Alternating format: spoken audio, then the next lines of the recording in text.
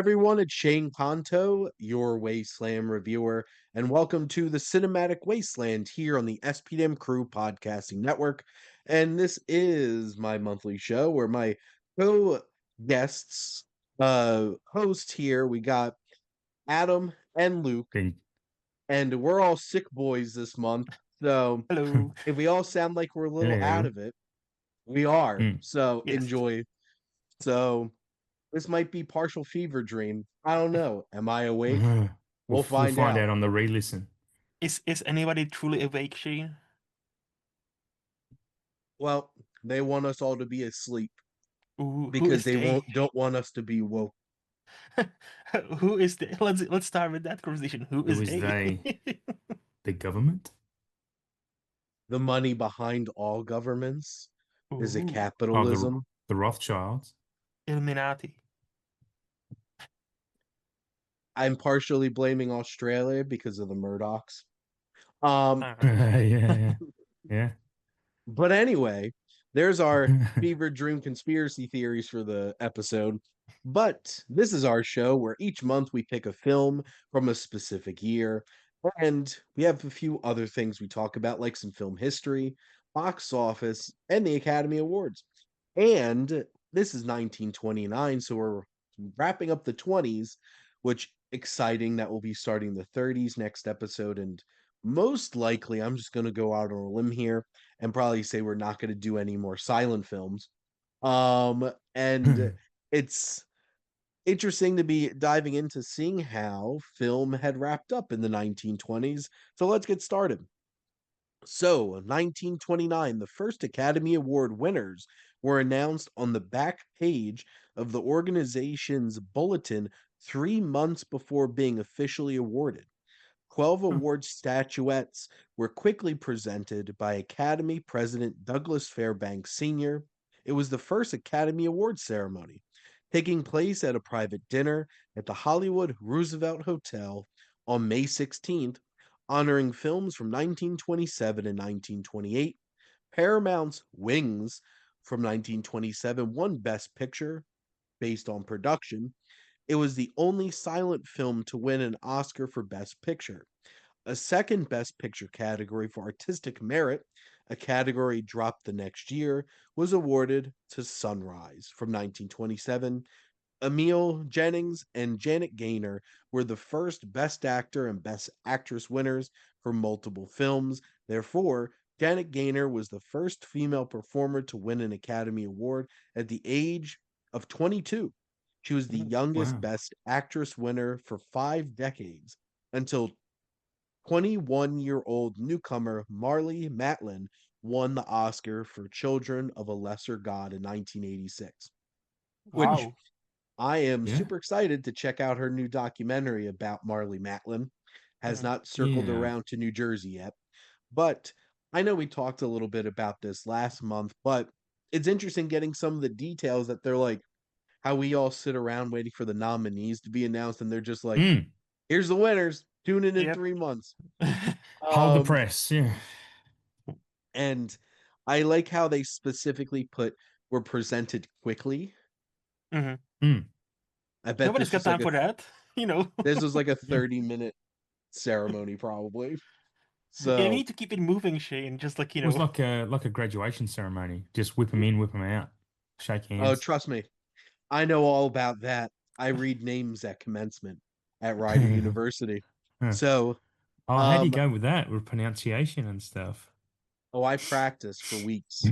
You'd want to, wouldn't you? Yeah, yeah. It'd be I tough. email every single student that I'm supposed to read and ask them to send me audio files saying their name Ah, so I could practice because I'm no that's nice. chump. cool.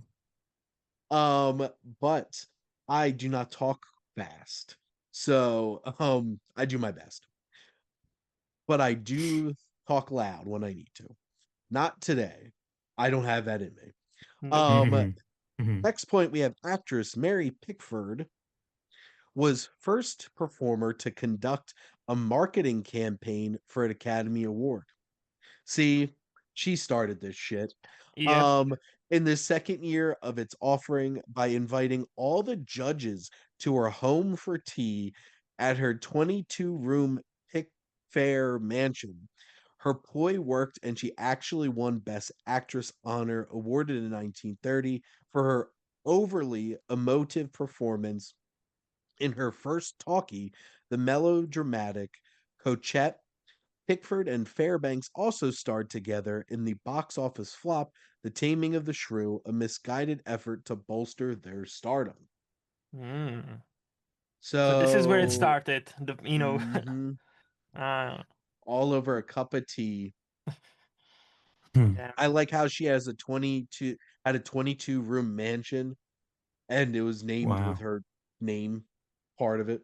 That Pickfair. that's how big she used to be at the time. Like, Yeah, yeah. Hmm.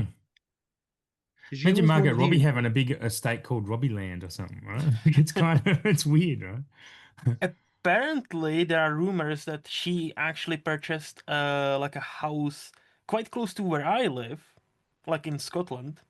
So if one day you will see a selfie with me and Margot Robbie, it'll be quite cool. You know. Hmm. I was gonna Huh? guess that she got a Oh, ranch in Margot Australia brought a called house Robbie in Land. Scotland. Yeah, yeah. They apparently like her and her husband bought some like vacation home like an Oh, hour yeah. away from where I live. So like it's been Okay. kind of like a not officially confirmed, but it's like, I've seen it in a couple of publications online. You're right. And yeah, so I'm like, damn, imagine like I was talking to my girlfriend, I was like, imagine just us going for like a trip and like, hey, that kind of looks like Barbie. Her parents still live down the road from me. Like she was born and raised in on the Gold Coast where I live. Out bush a little bit, but Mm, yeah. She went to Nice. my nephew went to the same school as her. Well, nice. look at that. Yeah. So, Luke, maybe you'll see all the Academy people coming over for her Tea Party campaign. Hopefully, they Yeah. are already. We already are buzzing that there are sites of Matt Damon, Zendaya filming in Oh yeah. Scotland because of for Mm, Odyssey. So they are Yeah. already like, there's this castle that's properly shut down for like 5, 6 weeks for anybody. So we all know what's happening there, but like nobody was like, oh yeah, no, no, no, no, nothing's happening. But nobody can come here for 5 or 6 weeks. But we cannot confirm or deny. The Odyssey is being made right here. Christopher Nolan is there. Yep. He's doing there in Next, Iceland too, right? Sorry, yeah.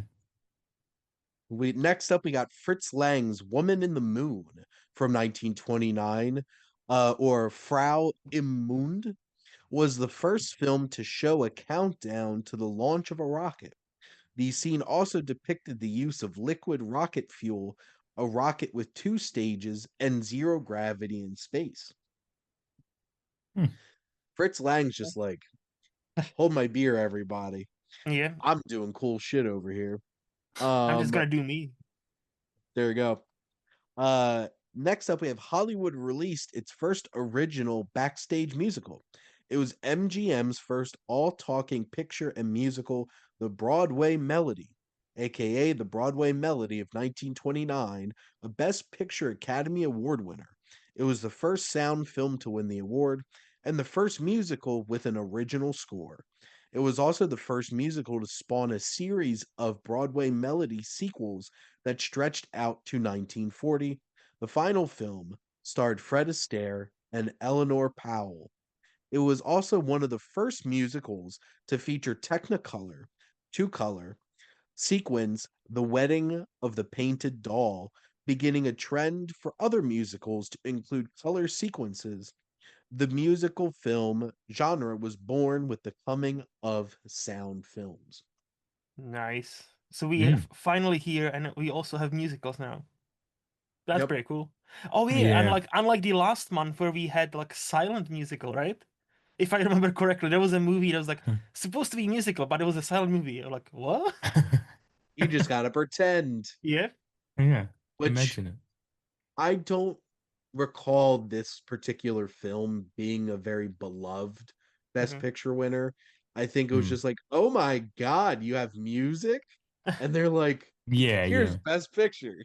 They can sing Like, now. They can sing isn't now. that kind of how all that jazz won? All that jazz is fucking amazing.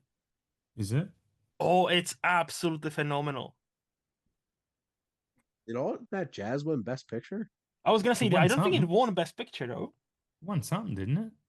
I think it was nominated heavily. See, this is yet again us like skewing away this podcast, like just like stopping in its tracks. Like, okay, let's talk about this movie. Was that 78 or 79? 79, Shane, and it won 4 Oscars. I'm on IMDb. So art Oh, direction, costume design, film editing, and music. That all makes But sense. it was do you know nominated what for I Best Picture and Director and all that. Yeah. wasn't there? So what's that first? The jazz singer. The jazz singer is what I meant. Not all that jazz. The jazz singer. Anyway, obviously, All all that that jazz is jazz a couldn't be the first Oscar winner because it was made in 1979 70. or released. Well, it Bob is a Fosse. Bob Uh, Fosse classic. But yeah, no, the Great movie. jazz singer. I'm I'm blaming pretty sure the COVID. only reason the jazz singer is remembered because it's like, oh look, Al Jolson sang a song. Oh look, he is Yeah, also in blackface. that's Yep. yeah. As was the style at the time. Yep. As many musicals did, because you Mm, can't have black people sing music, but you can have no. white people dressed up as black people sing music. So there you Mm, go. Mm-hmm. Director Eric von Stronheim. Last silent film Queen Kelly, starring Gloria Swanson, partial footage seen in Billy Wilder's Sunset Boulevard, also starring Swanson and von Stroheim, was not finished due to its expensive and elaborate production and disagreements between Swanson and the director. Producers also balked at the idea of completing it when the demand was increasing for sound films. Well, Okay. that's sad. It's Uh, just like, well, mm. nope, we're done. We're done here. Uh, it you it's know, almost like, is it the equivalent of like writing the movie off for tax purposes? Warner just Brothers? write it off. Yeah. Just At least this one they What didn't does even that even mean? finish.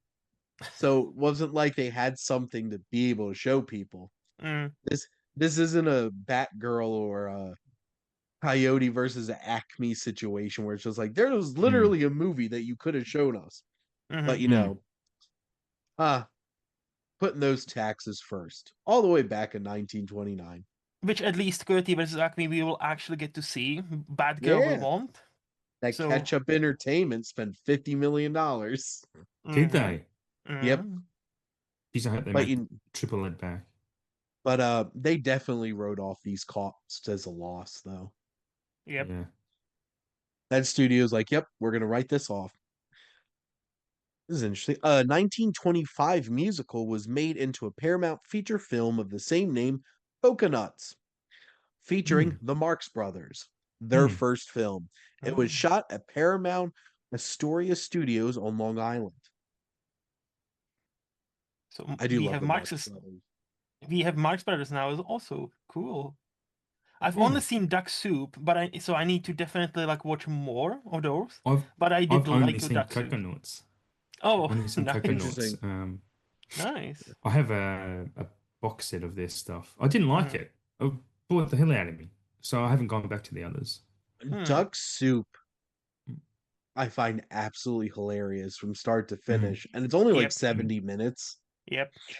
And just, Right up my alley.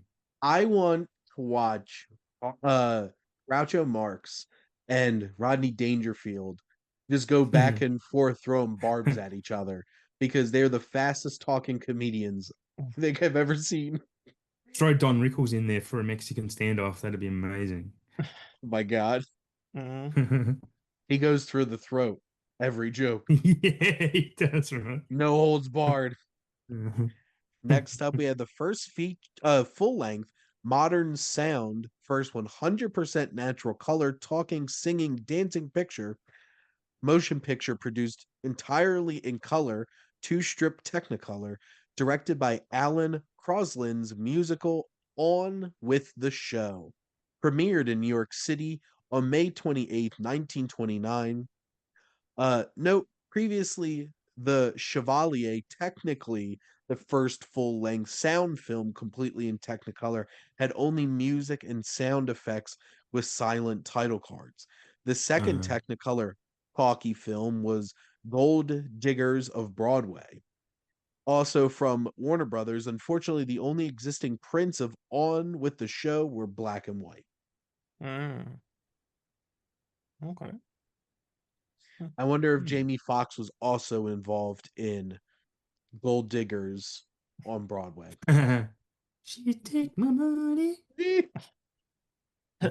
Knowing When him, I'm in probably. need. Don't ask me to sing with this throat. Honestly, that was bad. Yep. We're all on the struggle bus today. We're good. Yeah. Mhm. Next, we have the first important feature-length sound documentary was the German film Melodie der Welt, A Melody of the World.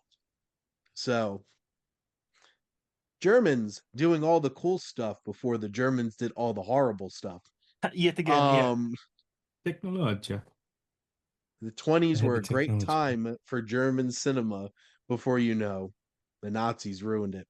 Mhm. Um, The Eastman Kodak Company introduced its first motion picture film, 16 millimeter, designed especially for making the then new sound motion picture. So Kodak was at the forefront of the evolution of film early on. It's kind of sad that Kodak doesn't Yeah. exist anymore. Mhm. But Mm. They do. Like there is Kodak stuff, but there's But they're not not in like like it making was. movies, I guess. Like what? They don't make Yeah. film anymore. I Yeah. thought Kodak went under bankruptcy. But You can still buy Kodak products in Australia, like not film and stuff, but they have like like Hmm. those cheap cameras that you'd buy at Kmart or Maybe they what's went like under. Walmart. Maybe they went under, but Australia hasn't caught up Not yet. down under. They went down under. That's what they did. People can't Kodak's see you still on. laughing. I always say these jokes, and you guys, you just silently laugh. And people must think everything I say lands flat. No. Well, if I laugh too hard, I'm gonna sound like a smoker today. So, I'm um, but no, that gonna look that up. it's just like Kodak's been out of business in America for 15 years. The ripple Well, effect hasn't reached Australia yet. It's just like we Yeah. no, still they. have inventory. I know they went down, but no, you can buy Kodak cameras. Yeah, you can buy Kodak single-use cameras and that in Australia, and even Hmm. yeah, There you go. Okay. digital cameras. Yeah, that's weird. Hey man, they even saw negative Next, film here. Sorry Ooh. to hmm, take us on. fancy. Now, with the school's launch in 1929, USC became the first university in the country to offer a Bachelor of Arts in Film. The school's founding faculty included Douglas Fairbanks, Hmm. D.W. Griffith, Hmm. William C. DeMille, Hmm. Ernst Lubitsch, Wow. Irving Thalberg, and Daryl Zanuck, amongst others. Yeah, that's massive. Basically, you're just missing like Charlie Chaplin, And uh, Mary Pickford. Mary Pickford, and like Buster Keaton, and you have all of and Clara Bow, and you have all who is Wow. who Yeah. in like modern like that day Hollywood. That's wild. Mm, Yeah. yeah. Can you imagine just showing up? It's just like, I'm ready for my first class, Mr. DeMille. I feel like it Yeah. would be the same as like today you showed up to a film class, and your tutors would be like Steven Spielberg, Nolan, Christopher Nolan, Tarantino, Quentin Tarantino, like like Ridley Scott, like like, and the list Jerry goes on. It's Bruckheimer. like Yeah. David Fincher. It's like wow, that's a You show up slate. Yeah. to NYU and Spike Lee teaches you. Spike Lee, Yeah. of Well, he course. does Like that, doesn't he? no, Yeah. yeah. So Yeah. that could He is That is actually sick. happen to you. he is Guess So and look at there you look go. at all these future makers that are going to have so many rolling dolly shots in their films. You wait and see.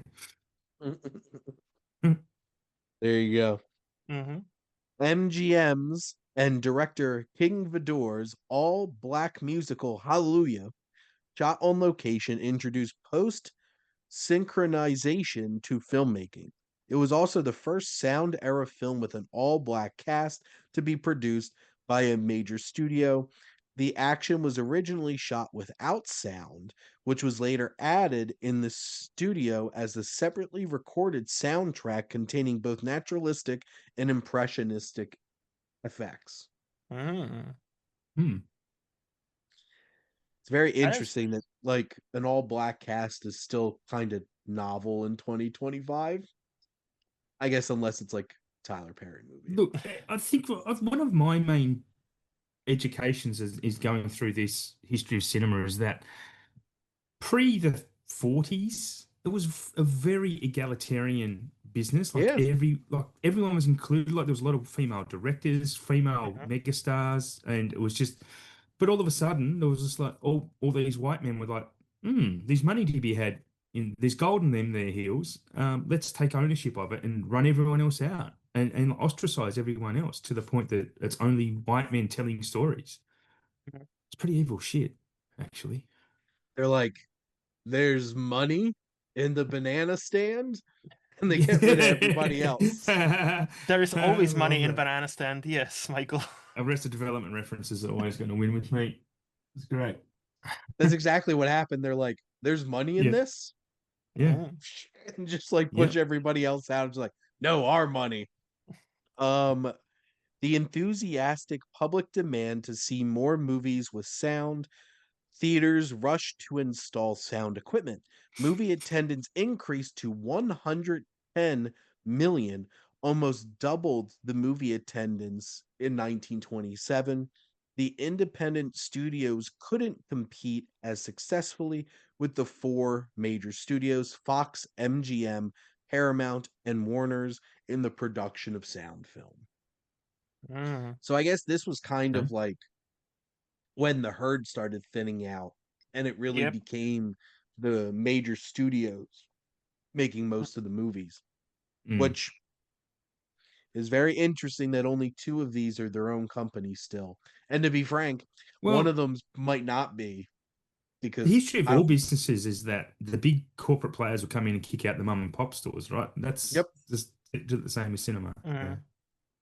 this And is then capitalistic natural selection. there's a So big problem with cinema at the moment is everything's a factory product. Everything's on a conveyor belt.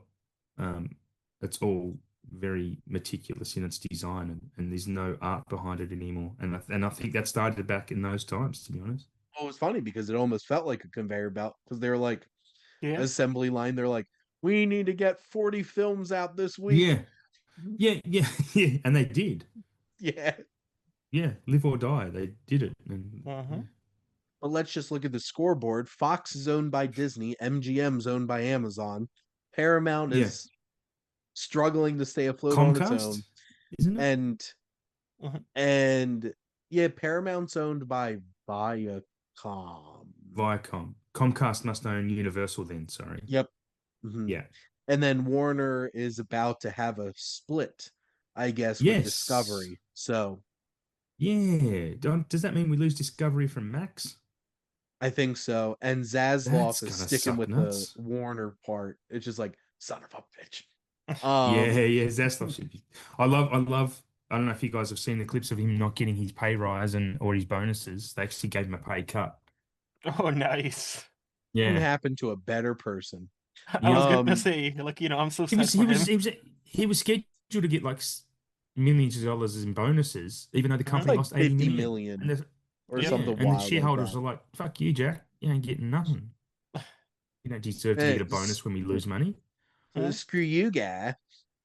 Hmm. Um, Walt Disney Productions was formed in 1929. So Mm. everybody else be warned, the House of Mouse is here. Yeah. Mickey Wow. Mouse's first words were spoken in his ninth cartoon short, The Carnival Kid, when he said the words "hot dogs."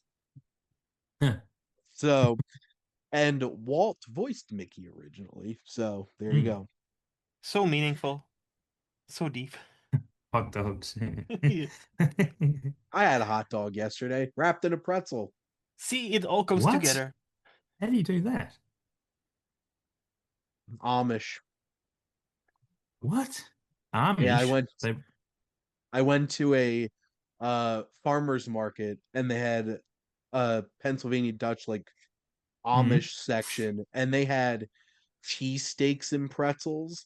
They had hot dogs and pretzels. And I'm just like, and they were like, the cheesesteak was 4.25. I'm Is like, that cheap? Is that expensive? That's cheap, right? no. I'm like, did I like teleport back to the year 2000 for like 2 Give seconds? me 10. I'll buy a dozen. That's the Yeah. that's the non-price gouging price. Mhm. That's Did you feel? the Mhm. that was the Amish people don't give a crap about your capitalism. They're Did like, you feel like "We'll you were take in Yeah. a? 425 for this." Yeah. Did you feel like you were in a Amish paradise? I could rap every single word of that song if you wanted me to. Of course you can. I was actually thinking Now, about Weird in the shower, and I was like, I need to watch Weird again. I don't even know why I was thinking about it, especially in That's the a shower. that's I I was want to gonna say that's a rewatch that weird so place. bad. Yeah, it was a That's a weird weird place. place to think about weird, but hey, I'm not gonna king shame. I'm also on the hype train to get Weird Al Yankovic as the halftime show for the Super Bowl. Oh, how cool Oh would yeah. that be? It'd That would be be the amazing. greatest. It'd be the greatest halftime show, second to Prince, in the history of the Super Bowl. Yeah. It's hard to beat that Prince one. It literally Yeah, rained man. when he played Purple Rain. I'm like, What a Yeah. you can't legend. even write that shit. Even So God was like, yes, let's rain. Yeah. we have Alfred Hitchcock's Blackmail was the first sound film and UK's first full-length talking picture and featured one of the earliest cameo appearances, a custom that would become a regular feature of his films. Yeah. We have Soviet director Zega Vertov, the man with a movie camera, which we'll be talking about momentarily, a Mm. quintessential experimental avant garde film, and an excellent example of city symphony documentary, was regarded as pure visual cinema. Cinema. Um, It's its Marty. views of Moscow, Kiev, Odessa, and of Soviet workers and machines contains radical hyper editing techniques, special visual effects, wild juxtapositions of images, and double exposures. We're not going to talk Mm. about that now. We'll be talking about that momentarily. And Yeah. we Mhm. have a couple here. Robin Mamouline's musical drama Applause, one of the earliest Hollywood musicals during the first full year of sound pictures, was a liberating, innovative, breakthrough film at a time of static and stultified filmmaking with bulky, immobile cameras on sound stages. He introduced a revolutionary camera technique, including rhythmically moving and inventive shots and the use of two cameras at the same time, and experiments with sound, use of overlapping and interlacing soundtracks, sound cues, auditory montages, and background noise. I hope this isn't a lost film, so because now I'm like, I kind of Mm. want to check this out. Hmm. Sounds interesting. Yeah. We have silent screen star John Gilbert's first sound film was His Glorious Night. It was a disastrous talkie debut for Gilbert. Audience laughed at his inappropriately sounding high-pitched voice in his role as a romantic hero. The common occurrence of stars having difficulty transitioning to talkies was immortalized in Singing in the Rain. Hmm. Yeah. Yep. It's like, look how sexy he looks. Hi, everybody. Hot dogs. Hot dogs. Hey, Actually, Nikki. this transition of ours, like honestly, since the start of this episode, I've been thinking I need to watch Babylon again because that epitomized that time so well. I don't know what you guys think of Babylon, but I think it's massively underrated. I think it's I think it's an great. amazing film. Yeah. Hmm. Honestly, my biggest complaint about it was you probably could have leaned it out like 15, 20 minutes. But besides that, like, Yeah. I thought it was pretty impressive. Yeah. The Yeah. I thought it was entertaining for what it was. That whole Toby Maguire sequence and all that Yeah. wild shit was just like, Well, what the hell am I watching? that's yeah, that was a direct rip-off from Boogie Nights, right? That's that scene. That's a I when didn't Definitely think. gave when that, Yeah. except Gonna go. weirder. yeah, it's just dialed up a little bit more. I feel like that sequence had to be there for you to actually understand how in serious that business could have gotten, and Mm, how, you know, if you dance with the devil boy, sometimes he'll follow you back, as we just seen in the Sinners. And yeah, if you Yeah, dance with the yeah. devil for too long, Mm. Toby Maguire shows up. It's like, They should have just had Toby Maguire be the vampire in Sinners. Can you imagine? he would actually nail it. Like, if you Oh, imagine him in Toby's that good. role, like he Mm. would fucking nail it. But like the actor who did it, he also nailed it. So Mm. I am pretty high on Babylon. I'm not quite Mm. Aaron Schweitzer high on Babylon.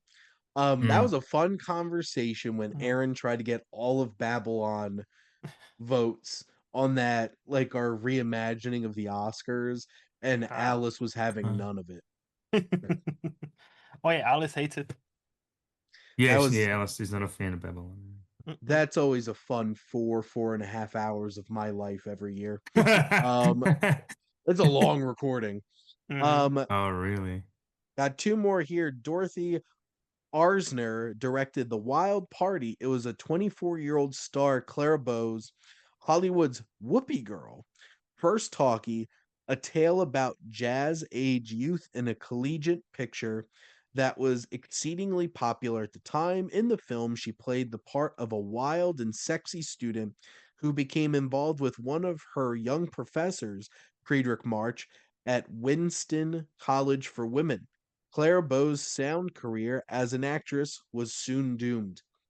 I'm just going to put this out here. If you're going to have a college for all women, and I'm assuming it's because you don't want them to be, you know, messing around with guys, why would you have male professors then? Because of course they would never go for a Professor Shane. Like, But, yeah, that's in inappropriate. what world would that happen? Oh, Every frickin' day. I know. There you go. Because And those who make those who write the rules are those they're the ones in power, right? So professors are like, nah, just a female school would be yes, fine. all the white men that started these women's colleges are like, we don't want any competition from age appropriate guys.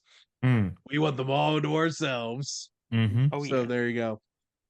And a last note, by the end of the decade, the film careers of many silent film stars ended due to their voices being unsuitable for the new medium, or due to the fact that their voices didn't match their public image. Others, however, such as Greta Garbo, the comedy team of Laurel and Hardy, successfully adapted the sound. Nice. What do you mean my It's voice interesting doesn't that. match? That's interesting, right? How many? I wouldn't think that many of them would have bad enough voices. Not even, I don't think bad enough. It's just like, it's like with you reading a book and then you finally see the movie adaptation of it because you always have something in your head and then you see the Like, that's movie and not it's the like, voice I had. yeah, exactly. And it's like that's not how I imagined. And it's like imagine like watching this Mm, actor or actress for like mm, 5 6 years, and then yeah. finally there's a sound, and suddenly, like like imagine let's say this guy looks all macho man and is like, "Hey everybody!" It's like, what the You, fuck? you can, well, I can imagine a few, but not that many would be, Hmm. it seems Well, strange. maybe because they got into silent films, they're like, nobody will ever hear my mousy voice. Like Hmm. maybe like so Howard Stern, why he got into radio and not TV, Hmm. you know. You have a face for radio. Hey Yeah. me. Yeah, that's what I mean. That's why we I'm podcast, just right? Yes. imagining like one of the sex symbols lines up her first musical, and it's like, nobody knows. It's just that scene from Spaceballs. There you go. So we got some box office for you. I actually found they started recording top 10 Oh, box nice. office films. So we're going to run through this very quickly. At Sweet. number 10, The Hollywood Review of 1929 made $1.527 million for MGM. Number 9, The Desert Song from Warner Brothers made $1.549 million. 8, Showboat from Universal made $1.643 million. 7, Say It with Songs from Warner Brothers made $1.715 million. 6, On with the Show that we talked about. Warner Brothers made $1.741 million. And number 5 is Rio Rita from RKO, which made $1.775 million. And we have 4 films cracked $2 million. We have at number 4, Sunny Side Up from Fox made $2.19 million. And another film we talked about, number 3, Gold Diggers of Broadway, from Warner Brothers made $2.54 million. 2, The Cockeyed World from Fox made 2.7. And at number 1, the Best Picture and highest grossing film of the year, The Broadway Melody from MGM made $2.8 million. Wow. So back when, Best Picture was won by, movies that made a lot of money too. Yeah. Oh, yeah, yeah. Yeah, doesn't happen anymore. I remember when The Hurt Locker won Best Picture, and it's just like, this is the lowest grossing picture to ever win Best Picture. Yep, especially compared to like there was the year of Avatar, and I'm Yeah, like, wow. it Yeah, I didn't literally know that beat the about highest Hurt Locker. grossing film of all time, not adjusted for inflation. Because Mhm. if you do adjust for inflation, it is actually Gone with the Wind. I It's still thought it the was great. highest grossing film of all time. I thought it was great with Hurt Locker up against Avatar because they were, ex Yes, husband and Catherine Catherine wife Bigelow. is the Bigelow words I'm beat looking for. Yeah. beat her ex But James Jimmy. Cameron. Yeah. Yeah, That's why Jimmy they didn't made deserve it for Avatar though. Yeah, that's why they made Tina Fey and Amy Poehler like, a couple of years later with Zero Dark 30. They made a joke like, if it comes to torture, I'm gonna trust the lady who was married to James Cameron for a couple of years. I'm like, Yeah. that's a joke. That's a good That is a joke. good joke, It's yeah. like, damn. Yep. So, looking at the Academy Awards, I'm only Mm. going to go through the 3 major categories, which are Outstanding Picture, Best Actor, and Best Actress. So, for Outstanding Picture, we had The Patriot, not to be confused with the Roland Emmerich Mel Gibson, The Patriot. We had The Hollywood Review, In Old Arizona, Alibi, and the winner, The Broadway Melody. Have either of you seen any of these? Nope. Nope. Nope, me neither. So No. we're on the same page. I feel as I bad now. I have just heard that the Broadway Melody has like no story and it's just a bunch of musical numbers, Mm. and I'm like, that doesn't surprise me. Mm. So next up, we have Best Actor. We had Lewis Stone for The Patriot, Paul Muni for The Valiant, Chester Morris for Alibi, George Bancroft for Thunderbolt, and winner Warner Baxter for In Old Arizona. I'll say it right this time. Nice. But I haven't seen any of these performances, so I don't really have anything to add here. Actually, I think I've only really heard of one of them. Paul Muni, I think is the only actor that I've really actually recognized out of this group. Which Mhm. Oscars are you talking about? The 1930 Oscars? Yeah. Yes, for Yeah, films yeah, from okay. 1929. Yep. Yep. Sorry, yes. Yeah. See, that's the fun thing. Yep. Um, Yeah. we're going to be talking about the awards for the actual year the movies came Yeah, out yeah, that's fair. Yeah, yeah, yeah. Sorry, I'm just a bit because slow. that's okay. We all are today. Yes. Um, maybe all of you out there are too. So join on the party. Um, and then the Best Actress actually had 6 nominees: Bessie Love for The Broadway Melody, Corinne Griffith for The Divine Lady, Je- uh, Jean Eagles for The Letter, Betty Thompson for The Barker, Ruth Chatterton for Madam X, and our Tea Party Queen, Mary Pickford, won for Cochette because, Mm. she did that tea party, got those It must have been one votes. hell of a tea party.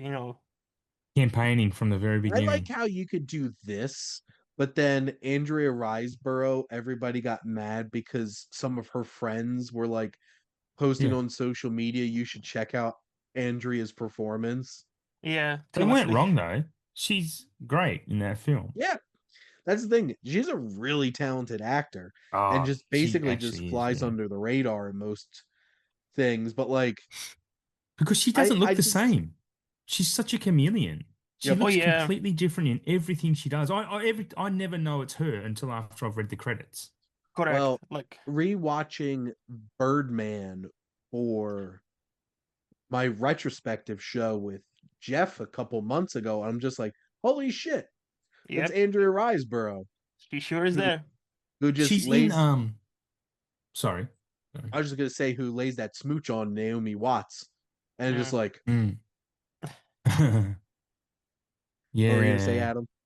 Oh no, now I'm just fantasizing about kissing Naomi Watts. Anyway, now she's in a British movie, a comedy movie called Mindhorn, with Mm. Julian Barrett, the guy from The Mighty Boosh, and Nice. it's a dumb funny, like it's not a very well rated movie, but I love stupid comedy. I think it's great. And that was one I was watching her, and I was like, this woman's amazing. And then I look at it, it was Andrea Riseborough. I'm like, holy shit, no wonder she's amazing, because Mhm. it's Andrea Riseborough. Yeah, spun me out. See, now I'm spiraling on threads there because Jess and I watched that Knuckles spin-off show for the first Oh yeah. time, and Julian Barrett had a whole entire like dream I musical number. That episode of Knuckles had no right to go as hard as it did. need to watch that. And I'm just like, this is what you get when you mix Sonic the Hedgehog with the Mighty Boosh. Yeah. So Yeah. there you go. Alrighty. So I know this year in particular, 1929, is a light year for me in terms of films that I've watched. And Mhm. honestly, it doesn't seem like a particularly like great Mhm. year for movies that have Mhm. really stood the test of time and lasted. Most of the films that I've watched from this year were from my John Ford series Mm. because Mm. Yeah. so many goddamn John Ford movies. Um, but to me, honestly, if I had to pick the top film from 1929, it's going to be Man with a Movie Camera. Yeah. Um, after watching Same. this, Just which just because it's the only one movie of this year I've seen. I was like, really? Yeah, Yeah. so I need to go back to 1929 and watch a few more. yeah, because I've watched The Black Watch, which is a John Ford film, The Jazz Full, which is an animated a short film, The Skeleton Dance animated short film, The Spooky Scary Skeletons came out Yeah. in 1929. An Andalusian Dog, that like very provocative avant-garde short film, which still haven't processed that. I have seen Coconuts. Yeah. I've seen Blackmail. That was pretty high up there. The Hitchcock film, and then The General Line, which honestly I did really enjoy. It's just that they all kind of paled in comparison once I Mhm. watched Man with a Movie Camera. But I think this is a nice segue into us getting into our actual discussion of our film. A man travels around a city with a camera slung over his shoulder, documenting urban life with dazzling invention. And did not expect this to be a documentary Mhm. going in, but this 68-minute film is bold. Like, Yeah. this is just something I did not expect. But I guess we'll go around the horn. Adam, what were your general thoughts on Man with a Movie Camera? Um, it's pretty astounding to be honest. For a film without a narrative, it's really. I mean, a couple of notes I took, and it's bigger and better than this, but it kind of was like it brought me back to a time when my brother. I have to make this comparison, sorry. My brother was in high school, and when video cameras were first a thing, and he brought it home, and him and his mates were just walking around with a video camera and filming and experimenting stuff. That's what this felt like, even though these guys are better than student filmmakers, it Yep. feels like. But that's what they were doing. They were just taking images and then experimenting with the medium, with all those things you mentioned before about the dual exposures. And what stood out to me the most really is more than just the images and how they kind of managed to get some astounding shots and even some behind the scenes, because it really should be called A Man with Two Cameras, because you see them filming and other reactions. It's that was the highlight of the film for me. But I really lost the point I was trying to say because I sidetracked myself. But it's long story short, it's great. It reminded me of a few things. It also reminded me of a film called La Jetée, which is a French short film of basically the inspiration for 12 Monkeys, Yep. which is basically just a series of photographs with a guy narrating over the top of them about life, effectively. Um, but that's what this film does. It is just slice of life. Like it's filming people on the beach, it's filming people on the streets and trams. It films a dude who's got hit in the head and it's an emergency and an ambulance has come out. It's a really good insight into how they lived back then, which was, not dissimilar to today in reality, except for the technology. But yeah, it was a really engaging watch. I watched a version on YouTube which actually had a really cool score to it. Like it was really kind of, I don't know, I was vibing with it pretty good, to be honest. So I wasn't picking up my phone and things like that. Like I was really interested in everything I saw. So, yeah, clearly a very influential film and something I would recommend cinephiles check out for sure. How about you, Luke? So this is like one of those movies you always hear about as one of those like, oh yeah, if you're a cinephile, you need to watch this movie, right? Mm, And like because of that, like I've always been slightly quote unquote afraid of it because it's like, oh, it will feel like a homework maybe, all that stuff. But it just was so playful. Like it's like mm, I didn't mind the fact there's no narrative. I didn't mind the yeah. fact that there's no protagonist or story or anything like that. And I just was immersed in that world full of interesting shots, like exposures. There's quite a few scenes with like a cool stop motion animation. Well, I guess Yeah. it's not an animation, but it's stop motion, Yep. and I absolutely love this movie. Like it gelled with me the way like I feel not great right now because we are all sick.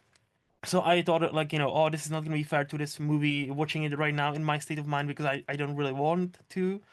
But I absolutely loved it. So I'm like, wow, this is like extraordinary. And like it is a cinephile's like wet dream, but it never feels like a homework. It feels like there's a text in the beginning. It's like, oh yeah, we want to explore the universality of cinema, and I think this is a great thought especially back in 1929, because like Mm, cinema is universal, and it just goes to show that if you think of this art form slightly differently, you can figure out a way how to show something totally different to what your contemporaries like were doing at the time. So like I absolutely loved it. What about you, Shane? This was something that was such a fascinating experience to watch. And I think one of my favorite things about going back and watching older films is watching a film and just being like, they could do this shit back then. Yeah. And that's basically this movie for 68 minutes. It's yeah. just like, Yeah. how was this made in 1929? Mm, And realizing that there's a technical prowess here that's yeah. unmatched. Yeah. And from the opening where it's just like you set up this theater and all these seats are like Yeah. opening up Mm, themselves, and mm. I'm just like, Very wait, Miyazaki, like actually. wait a minute. And it really sets the stage for something really impressive. And this film has energy. Mm-hmm. This is Hmm. it's so interesting because I'm gonna go on a little tangent here about editing. Mm-hmm. I feel like Oh. too many people are transfixed on what they think editing means. Mm, And it's how can a movie that's 3.5 hours be greatly edited? That's not what editing's about. You mean no. Obviously, Brutalist? that's No. part of it, Yeah. like Yeah. cutting it down. But like editing can be used for storytelling. Correct. Absolutely. For the Yeah. Like, flow. yeah, Yeah. and the flow of the story and how it goes. And like you only need to watch one Edgar Wright film to realize what editing really can be. Yep. Because like all the Yeah. sight gags that he does with his editing and all that Hmm. energy, I wouldn't be surprised if like he watched this at some point when he was younger and realized like this is the kind of stuff that I can do because this shows so many great juxtapositions, layering of shots. Like, Hmm.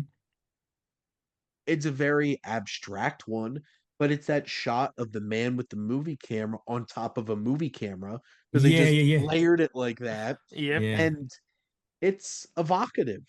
It's just like, I don't know why this seems such like an interesting shot, but it is. yeah, And yeah. that's what this film is. I don't know why this is all so interesting. It is. And it is Yes, because all yeah, of it is done so precisely. Like these melding of shots and like I'm trying to think of I'm going through all the images on IMDb just to like try to refresh myself on some of these shots, but like there's these like juxtaposed eyes at Mm-hmm. certain points. There's the point where it's just like the camera's on a truck, and it's just like yeah, going through the streets at yeah. regular speed, and you're just like, we're on for a ride. And it seems so many of things seem so simple, Yeah, but when you put them all into motion like this, it's like a symphony of cinematic expression. Mm-hmm. And that's what this is. Like, you're not going to go and watch this movie to be like, you know what? I felt for these characters. Mm-hmm. I loved this story. mm, It's like, this is not what this is about. mm-mm. I think this film's particularly moving because if you do have an appreciation for filmmaking and you sit and watch this and you're just like, it's inspiring this movie probably didn't have a huge budget. It was just some guys with some cameras and Yeah, going out and shooting all of these things, and they made something that is 68 minutes, has lasted 96 years, yeah, and Mm-hmm. is still talked about today. And I think that's yeah. really impressive. Well, Well, to your it's point. Oh, sorry. Only go now. oh, sorry. Look, oh, I just wanted to teeter off Shane talking about the editing because my final note is the editing though. Like it's incredible. Even the scene of them showing the editing of them processing the film and Oh editing it, yeah. and then there was then there was the still shots of the kids, and then they would immediately go into what that actually looked like in Mm-hmm. motion, and that was incredible. It was so smooth. There was so many examples of that in this film, and even the timing of the shots. Like some shots would be on screen for a second, 2 seconds. Some would linger for five or more, and the way they would stitch those in, but still make it make sense, even though Mm-hmm. it's just really there's nothing to make sense of. They would just make sense. Like there was scenes on the beach, and there was that half a second clip of that birth, which I was like, holy shit, I didn't need to see Yep. that. But it quickly moved on and I forgot about it until now. But it was just full of those type of things. Yeah, impressive. Like Mm-hmm. just yeah, re-editing. Impressive. Mm-hmm. No, I Sorry, was Luke. just gonna mention to your point, Shane, about Edgar Wright. So this is Mm. on his. There's a list like Edgar Wright's like Oh 1,000 yeah. favorite movies. Yeah. This is on there, so he's definitely seen it and he definitely loves it. Yeah. So you're right. And to your other point about just juxtaposition, see, like I love how you're talking about the literal one, and I was thinking of the like story. Like yes, there's no story, but there is kind of a story of life. We see, like Adam mentioned, that we Yes. see a birth, Yep. and then a couple of scenes later, we see this like funeral. We see a scene at the like this like a marriage registry where there's like a happy couple about to be married, and a couple of scenes later we see a divorce registry where this unhappy couple is finalizing their divorce.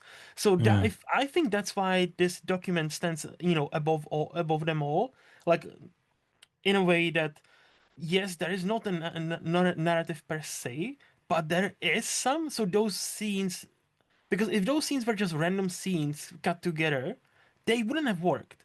But there is like a through line of this is life. Like like this Yeah. reminded me of, is it City Lights of with Charlie Chaplin, Mm. or is it, Mm. because there's also like a like a man helping the machine and it's also part of the machine kind of thing, and Modern it's like times. yeah, oh sorry, Modern Times. So it was Modern Yep. Times, yeah.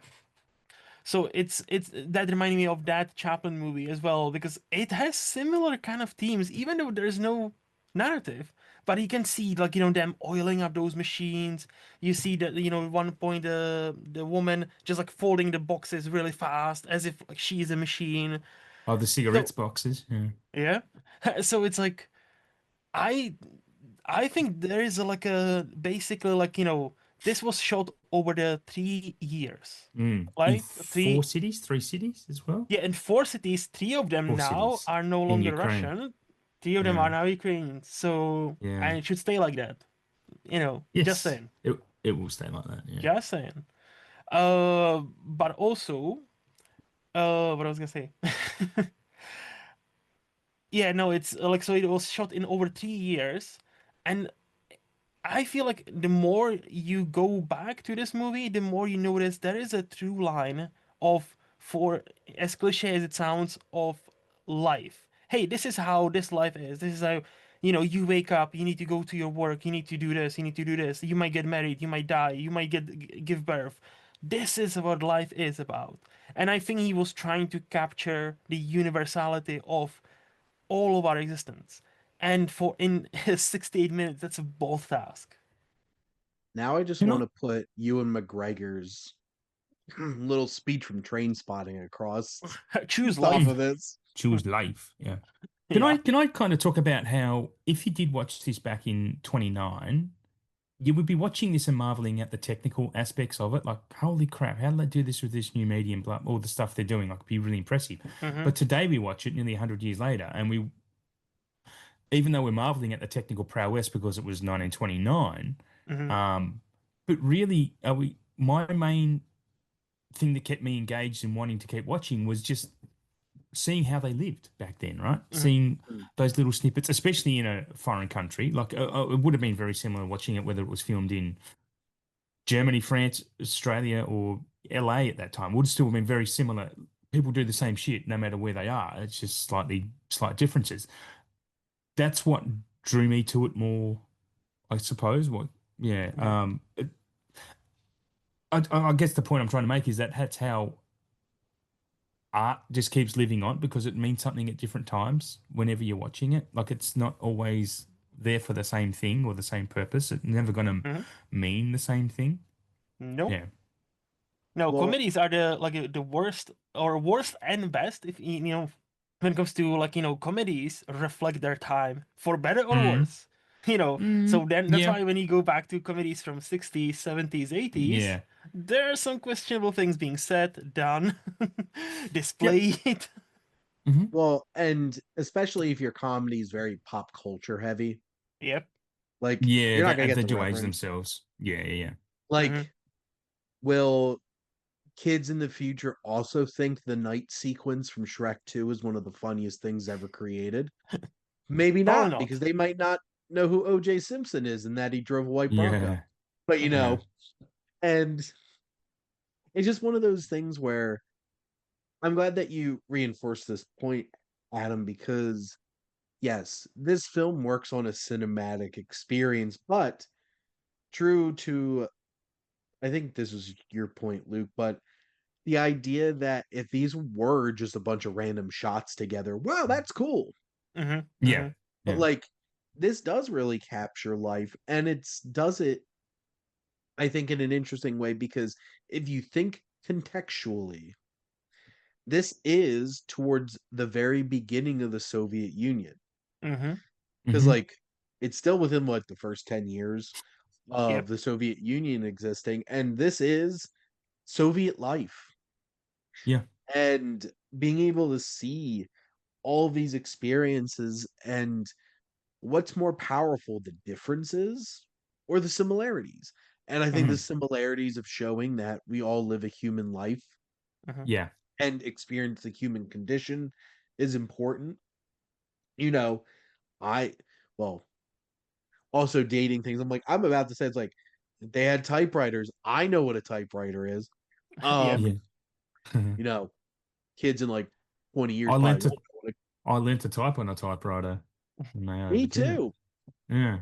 But like those kinds of things where it's just like birth and death, marriage, divorce. Yeah. These are all things we all deal with. Yeah. Hmm. And Hmm. I think it's and people working and people living. And then you have like the bold shots of like going down that street where it's like Oh tilting yeah, in on it just itself. Yes. yeah. Yeah. It is kind And of it is a universal film in that I don't know if you guys picked up the same, but it doesn't really tell you where it is. There's nothing Except that highlights it's obliquely Russian or except anything, right? everything is in Russian. Like everything is in Yeah, Cyrillic. Yeah, but but besides I that, mean, if it yes. wasn't in that, it could be like Correct. Shane was saying, it could be anywhere. Yes. well, and I think that's the important point of this is that it can be anywhere, it can be anybody. It's all of us living life. Mm-hmm. And I appreciate all the cinematography because there are very intimate shots, which still at that point, intimacy with the camera was not very common. Yep. Mm. The Passion of Joan of Arc was still like something that was significant because it really leaned on that. Mm-hmm. And then there's like grand scale shots of like really capturing like I'm looking at one of them, this giant just there's has to be hundreds of quote unquote extras, like people just walking around Mm-hmm. in these spaces, or the deep focus of like here's the camera up here, but then it's a whole entire city in the background. Mm-hmm. Everything is Mm. blocked and framed perfectly. It's really impressive. And it's very human experience, but it's also a very artful cinematic experience. And that's even hard to balance today. Mm-hmm. So I think that's something that's really impressive. Just a couple other quick shots, like him with the camera on top of that bridge Mm-hmm. Hmm. was really cool. Or the person laying down on the railroad tracks, that train coming Yep. Yep. Yeah. and stuff like that. And it's just thinking in the back of your head, one wrong thing happens. No, what I It's loved like was the shot, like I think it's towards the end, where you see the shot of the entire city again.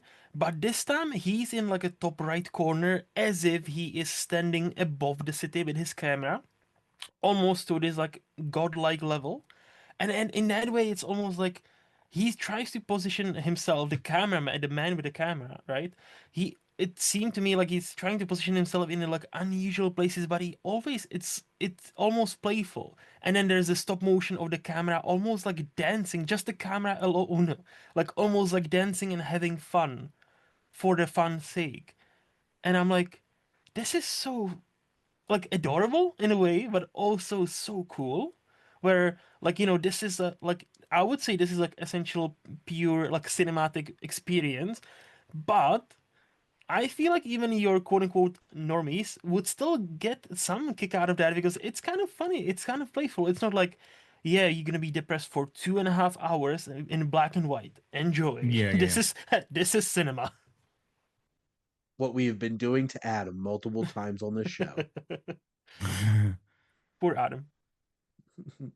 Yeah, Do poor we have man. any other thoughts on Man with a Movie Camera? No, I think I've said enough. You could keep pointing out some of the shots, but Mhm. it's just too easier to say just check it out for yourself at this point. I was gonna Yeah. say, great movie, watch it, or sacrifice the 68 minutes, and yeah, I don't think you will regret watching it.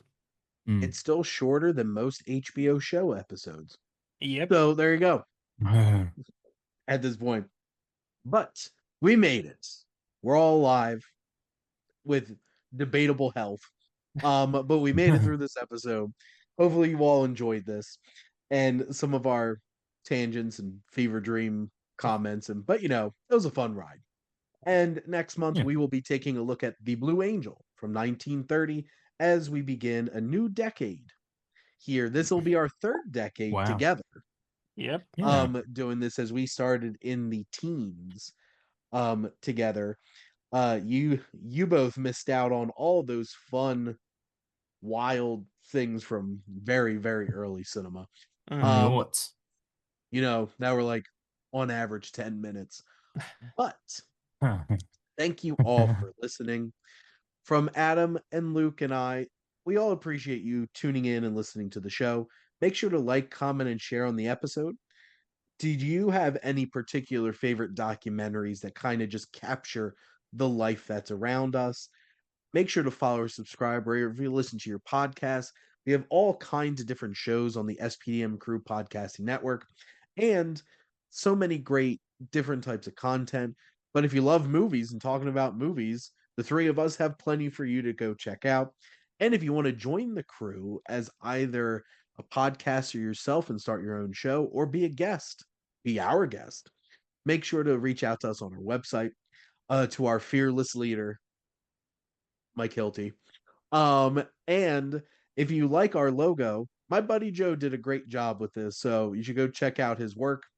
And most importantly, thank you as always for tuning in and supporting the cinematic wasteland here on the SPM Crew Podcasting Network.